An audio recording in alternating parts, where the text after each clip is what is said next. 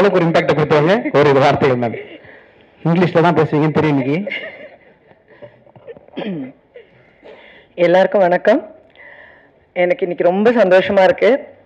எப்படி நாயகனை பத்தி இன்னும் பேசுறாங்களோ அதே மாதிரி எனக்கு விஐபி பத்தி பேசுறாங்க. அது எனக்கு ரொம்ப ரொம்ப சந்தோஷம் சொல்லிக்கிறதுல. எங்க போனாலும் விஐபி பத்தி தான் இப்ப பேசுவாங்க. ஹைதராபாத்ல போய் இறங்கினோன்னு ரெகுவரன் பிடெக் அப்படிம்பாங்க என்னை பார்த்து. அந்த மாதிரி சின்ன சின்ன பசங்கள்லாம் என்னை வெளியே பார்க்கும்போது தனுஷ் அம்மா போறாங்கடா அப்படிம்பாங்க. தனுஷ் அம்மா என்னதான் தனுஷ் அம்மான்னு சொல்றாங்க. அந்த அளவு எனக்கு ரொம்ப ரொம்ப சந்தோஷமா இருக்கு. எல்லாருக்கும் அது ஒரு ஸ்டாண்டர்ட் தனுஷ் அம்மா. அப்புறம் இப்ப வேற எங்கேயா செட்ஸ்ல போகும்போது ஏதோ தனுஷை பத்தி என்கிட்ட கேட்கறது எப்படி இருக்கும்னா, நிஜமாவே இப்ப என் மகனா இருந்தா அவர் என்ன சாப்பிடுவாரு, அவர் எப்படி தூங்குவாரு, இப்படிலாம் கேட்பாங்கல்ல, இந்த மாதிரி என்கிட்ட கேட்பாங்க. அது எனக்கு ரொம்ப ஆச்சரியமா இருக்கும். அந்த அளவுக்கு சினிமா ஒரு குடும்பமா என்னை கனெக்ட் பண்ணிருக்கு தனுஷோட. ரொம்பவே ரொம்ப கனெக்ட் பண்ணிருக்கு. நிஜமாவே என்னுடைய ஒரு மகன் அப்படின்னு.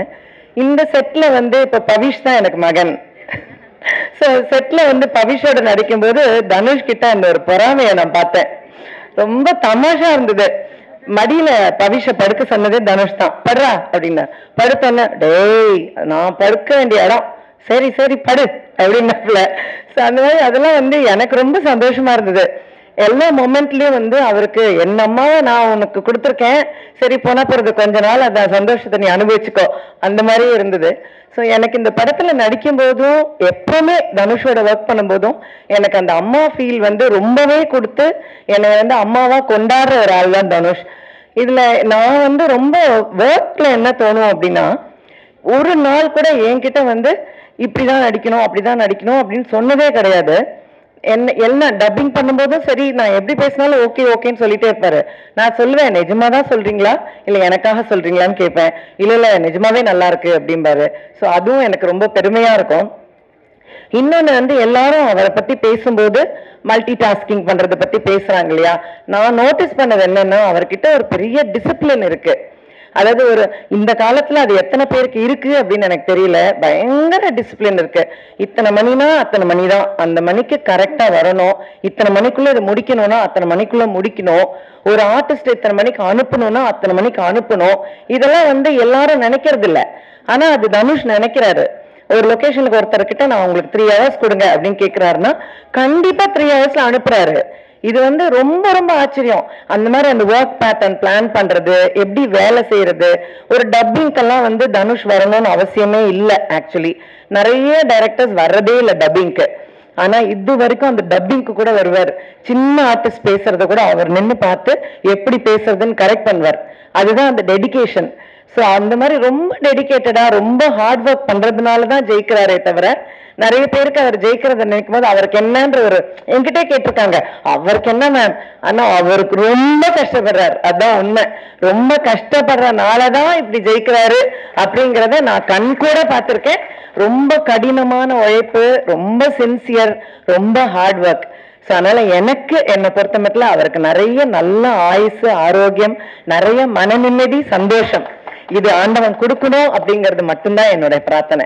மற்றதெல்லாம் அவர் வேலை செய்யறதுல அவருக்கு தானா கிடைச்சிரும். இந்த படத்துல நான் பவிஷை பத்தி முதல்ல சொல்லணும். பவிஷ் ரொம்ப கஷ்டப்பட்டு வேலை பார்த்திருக்காரு. இதே மாதிரி அதாவது தனுஷ் நடிக்க சொல்லி கொடுத்து ஒருத்தர் நடிக்கிறதுனா பாருங்க அது எவ்வளவு கஷ்டம்.